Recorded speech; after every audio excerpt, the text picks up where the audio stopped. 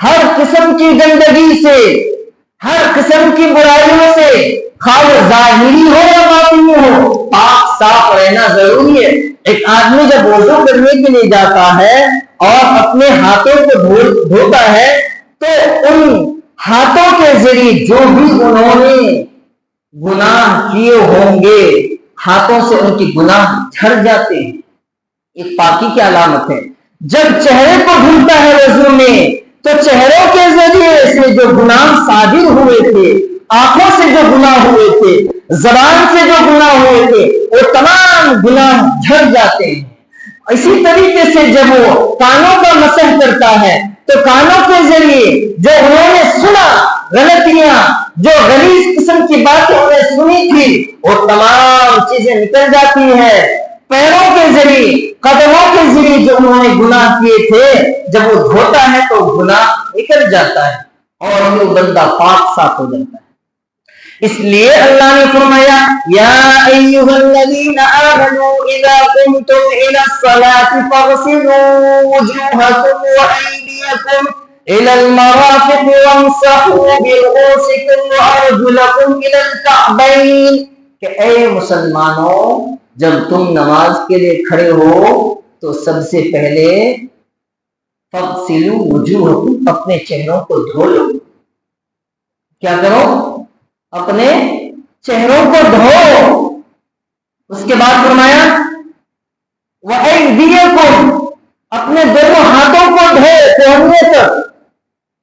اس کے بعد اللہ فرماتے ہیں سر کا مسح کرو اور اپنے دونوں پیروں کو دھو۔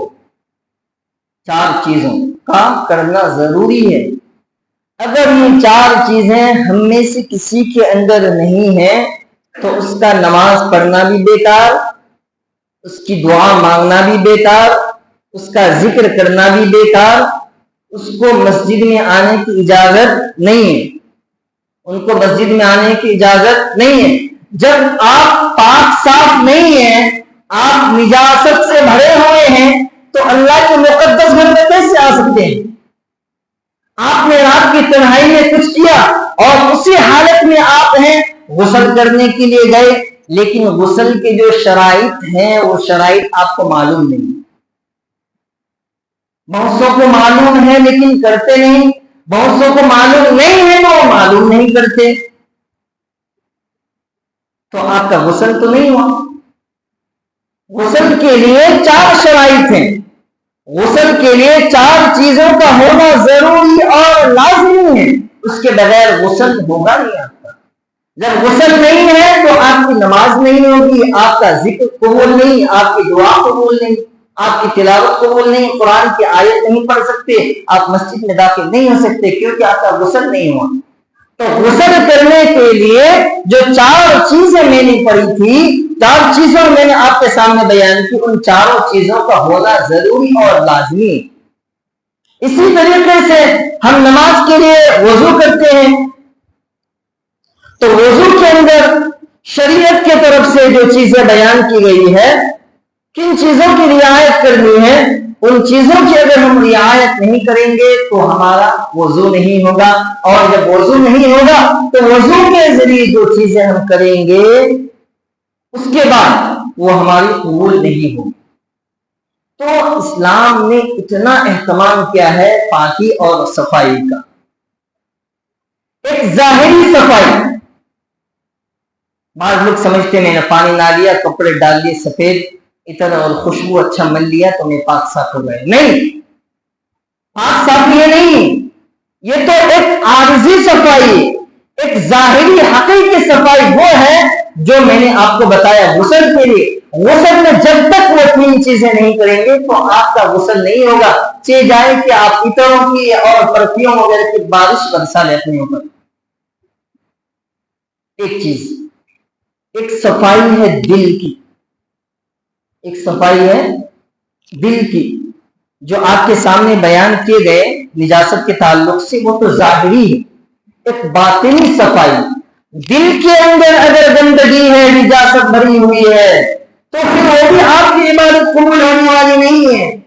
دل کے اندر اگر بغض ہے، عداوت ہے، حسد ہے، کینہ ہے تو یہ نکالنی ہوں گی، جلن ہے، ان تمام گندگیوں کو نکالنا ضروری ہے۔ جب تک ان چیزوں کو نہیں نکالیں گے آپ کی کوئی عبادت قبول نہیں ہوگی۔ ہماری تو عادت ہوتی ہے نا جلنے کی، ایک دوسرے سے حسد کرنے کی، دماغوں میں بغض بھرنے کی، یہ ہماری عادت ہے۔ سننے میں تو چھوٹی چھوٹی چیزیں ہیں میرے دوستوں، لیکن ایمان اور اسلام کے لیے بڑا خطرناک چیز ہے۔ ابھی آپ کے ساتھ بیٹھے ہوئے اچھی بات کر رہے ہیں، آپ کے پاس سے تھوڑی دیر کے لیے باہر گیا، آپ کے خلاف بیان بازی شروع، وہاں سے ہٹا دوسری دکان کے پاس گیا، اس کے خلاف بیان بازی شروع، تو ایسا ہے وہ ایسا کرتا، وہ ایسا کرتا۔ یہ چغل خوری، آپ کے متعلق برائی بیان کرنا، آپ کی بات کو ان سے لگایا، ان کی بات کو وہاں پہ لگایا، ان کی بات وہاں پہ، چاروں کے درمیان لڑائی کرنا ہے۔ یہ کچھ لوگوں کی عادت ہے، ایسا کرتے ہیں۔ مسلمانوں میں، ہمارے ایمان بھائیوں میں اس قسم کی باتیں موجود ہیں، تو یہ چیزیں اگر دل سے نہیں نکلے گی تو آپ کی عبادت اور آپ کے مسجد میں آنا، نماز پڑھنا سب بیکار۔ تکبر، انانیت پسند، گھمنڈ، میں ہوں سب کچھ، یہ ساری چیزیں جو ہے کھا جاتی ہے انسان۔ اور حسد ایک ایسی بیماری ہے جو کچھ وہ کرتا ہے ساری چیزوں کو ختم کر دیتا ہے۔ اس لیے میرے دوستو، ایک تو ظاہری صفائی اور ایک دل کی صفائی، جب تک ان صفائیوں سے ہم پاک صاف نہیں ہوں گے تو ہمارا مسجد میں آنا بیکار ہے، ایک وقت کو ضائع کرنا۔ چھوٹی چھوٹی اسلام کے، ایمان کے بنیادی باتیں سیکھنا ہمارے لیے ضروری ہے، بہت ہی زیادہ ضروری ہے، اور ہماری عبادتیں قبول نہیں ہوگی۔ اللہ نے قرآن میں فرمایا ایک جگہ پر، لَمَسْجِدٌ أُسِّسَ عَلَى التَّقْوَىٰ مِنْ أَوَّلِ يَوْمٍ أَحَقُّ أَن تَقُومَ فِيهِ رِجَالٌ يُحِبُّونَ أَن يَتَطَهَّرُوا وَاللَّهُ يُحِبُّ الْمُطَّهِّرِينَ، کہ کچھ لوگ وہ تھے جب اللہ کے رسول صلی اللہ علیہ وسلم سب سے پہلی مسجد قباء بنا رہے تھے، تو وہاں پر کچھ لوگ موجود ہیں، اللہ نے ان لوگوں کے بارے میں ان کی پاکی اور صفائی کو قرآن میں ذکر فرمایا۔ اللہ کے رسول نے ان لوگوں سے پوچھا کہ تمہارے اندر کیا خاصیت اور کیا صلاحیت ہے جس کی بنیاد پر اللہ نے تمہارا ذکر قرآن میں فرمایا؟ تو ان لوگوں نے کہا کہ ہم پاکی اور صفائی کا مکمل اہتمام کرتے ہیں۔ ہماری کچھ عادتیں تو یہ ہے، بعض مسلمانوں کی، کھڑے کھڑے پیشاب کرتے ہیں، اور بعض لوگ تو آگے پیچھے کچھ نہیں دیکھتے، گزرنے والے راستوں کو، جگہوں کو کہاں پہ پیشاب کر رہے ہیں۔ ایک بات تو یہ ہے کہ جگہ کو دیکھے بغیر، مکان کو دیکھے بغیر پیشاب کرتے ہیں، دوسری بات کھڑے کھڑے پیشاب کرتے ہیں۔ کتنی افسوس کی بات ہے، میں نے دیکھا نظروں سے اس گاؤں میں بہت ساروں کو، نماز پڑھنے والوں کو کھڑے کھڑے پیشاب کرتے ہیں، نہ قبلہ کا پتہ، نہ سمت کا پتہ، نہ جگہ کا پتہ، نہ مکان کا پتہ، کھڑے کھڑے پیشاب کر دیتے ہیں۔ اچھا، انہیں جانے دیے، بہت سارے احباب تو وہ ہیں بیت الخلاء میں جانے کے بعد جو پیشاب کرتے ہیں تو پیشاب کرنے کا طریقہ بھی نہیں معلوم، چھینٹے گرتے رہتے ہیں انہیں۔ حالانکہ حدیث کے اندر میرے دوستو، جس کے جسم میں پیشاب کے چھینٹے لگ جائے، گر جائے، انہیں سخت ترین عذاب دیے جائیں گے، بڑا سخت وعید ہے حدیث میں۔ ایک مرتبہ اللہ کے رسول صلی اللہ علیہ وسلم قبرستان سے گزر رہے تھے، رجلان يعذبان فيهما، دو آدمیوں کو عذاب دیا جا رہا تھا۔ اللہ کے رسول نے ایک ٹہنی کچی کاٹی اور کاٹنے کے بعد ان دونوں قبروں میں گاڑ دی۔ صحابہ نے پوچھا یا رسول اللہ کیا ماجرا ہے؟ اللہ کے رسول نے فرمایا یہ نمازی بھی تھے، یہ نمازی بھی تھے، روزہ رکھنے والے بھی تھے، پکے سچے ایمان والے بھی تھے، اللہ ان کی دعائیں بھی قبول کرتے تھے، لیکن چھوٹی سی بات پیشاب کے قطروں سے نہیں بچتے تھے، اس لیے ان دونوں کو عذاب دیا جا رہا ہے۔ بتائیے، پیشاب کے چھینٹوں سے بچنا ضروری ہے، اور ایک کھڑے ہو کر کے پیشاب کرنا تو مسلمانوں کے لیے میں سمجھتا ہوں بہت بری عادت ہے۔ اور ایک گندگی ہے جو میں آپ کی طرف اشارہ کرنا چاہوں گا، ایک ایمان والوں کا مسلمان مرد کا سفر کیا ہے، چھپانا کہاں سے کہاں تک جائز ہے؟ یہ گھٹنے دکھنے نہیں چاہیے، ناپ دکھنے نہیں چاہیے، مرد کا گھٹنے نظر نہیں آنے چاہیے اور یہ ناپ نہیں دکھنے چاہیے۔ لیکن ہمارے کچھ مسلمان بھائی وہ ہیں جو یہاں تک ہاف پینٹ پہن کر کے پورا بازار گھومتے رہتے ہیں، دکھاتے رہتے ہیں لوگ۔ دیکھا آپ نے بھی بہت سارے دیکھا ہوگا۔ بھائی کچھ شرم حیا کی بات تو کرو۔ اللہ کے رسول ہم سب کے آقا صلی اللہ علیہ وسلم بہت شرمیلے تھے۔ حضرت عائشہ رضی اللہ تعالی عنہا آپ کی آخری بیوی، پیاری اور چہیتی بیوی رضی اللہ عنہا بیان کرتی ہے کہ میں محمد کی بیوی ہوں لیکن کبھی میں نے محمد کا سطر نہیں دیکھا۔ ایک بیوی کہہ رہی ہے، اور ہمارا حال تو یہ ہے کہ ہم چڈی پہن کر کے پورا بازار مارکیٹ گلیوں میں گاڑیوں سے گھومتے رہتے ہیں۔ کتنے حیرت کی بات ہے۔ تو ایک مسلمان کے لیے یہ ایک باعث سے بدتر ہے میرے دوستوں۔ اس عمل سے ہمیں بچانا ہے۔ ہم اپنے گھروں میں، اپنے جوان بیٹیوں کے سامنے، اپنے محرم غیر محرم کے سامنے وہ پہن کر کے پانی نہاتے ہیں اور گھومتے پھرتے رہتے ہیں۔ شرم ہے کچھ نام ہے یا نہیں ہے؟ ہمارا تعلق اسلام سے ہے اور ہمارے کرتوت غیر اسلاموں کا طریقہ ہے۔ اس لیے میرے دوستوں ان چیزوں سے ہمیں اجتناب کرنا ہے، پرہیز کرنا ہے۔ اللہ سے دعا فرمائے کہ اللہ تعالیٰ ہمیں ان موٹی موٹی باتوں پر عمل کرنے کی توفیق مرحمت فرمائے۔ وآخر دعوانا الحمد للہ رب العالمین۔ جو حضرات سنت ادا نہیں کی وہ سنت ادا کریں۔